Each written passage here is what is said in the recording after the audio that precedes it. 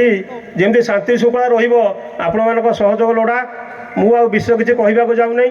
ଯେତେବେଳେ ଯାହା ଅସୁବିଧା ହେବ ଫୋନ୍ ମାରିବେ, ମୁଁ ଆପଣଙ୍କ ସମସ୍ୟା ନେଇକି ଆମର ଏମ୍ଏଲ୍ଏଙ୍କ ପାଖକୁ ଯିବି ଏବଂ ଏମ୍ପିଙ୍କ ପାଖକୁ ଯିବି। ନିଆଳିର ଯେଉଁ ଐତିହ୍ୟ ସଂସ୍କୃତି ପରମ୍ପରା ଅଛି,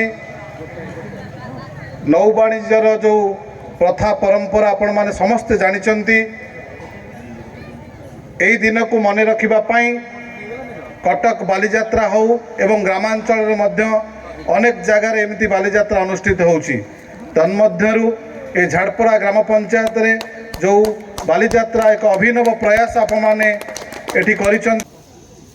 ରତ୍ନଭରା ଓଡ଼ିଶାରେ କ'ଣ ନାହିଁ, ସେତେବେଳେ ଯେଉଁ ଭଳିଆ ଥିଲା, ଯେମିତି ସେମାନେ 7 ସମୁଦ୍ର 13 ନଈ ପାରି ହେଇ ସେମାନେ ଏତେ ଦୂରକୁ ଯାଉଥିଲେ ନୌ ବାଣିଜ୍ୟ ପାଇଁ, ଯାହା ସାଧାରଣତଃ ଭାରତବର୍ଷରେ କୌଣସି ରାଜ୍ୟରେ ଦେଖା ଦେଇନଥାଏ। ସେମାନେ ବୀର ଥିଲେ। ସେମାନେ ଆଜିର ଦିନକୁ, ଏଇ ମାସକୁ ସେମାନେ ଏଥିପାଇଁ ଧାର୍ଯ୍ୟ କରୁଥିଲେ, ଏଇ ମାସରେ ସମୁଦ୍ର ଶାନ୍ତ ରୁହେ, ଝଡ଼ ତୋଫାନ ହୁଏ ନାହିଁ।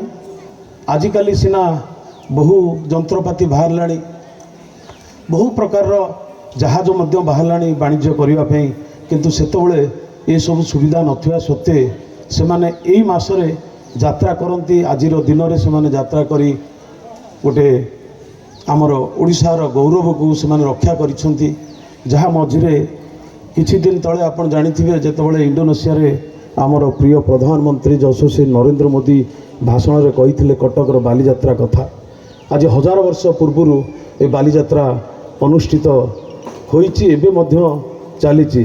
ତା ସଙ୍ଗେ ସଙ୍ଗେ ଏହି ସଂସ୍କୃତି ଏବଂ ପରମ୍ପରାକୁ ବଞ୍ଚାଇବା ପାଇଁ ଆଜି ମଧ୍ୟ ବାଲିଯାତ୍ରା ସଙ୍ଗେ ସଙ୍ଗେ ଓଡ଼ିଶାର ବିଭିନ୍ନ ଜାଗାରେ ଏହି ଉତ୍ସବକୁ ପାଳନ କରାଯାଉଛି।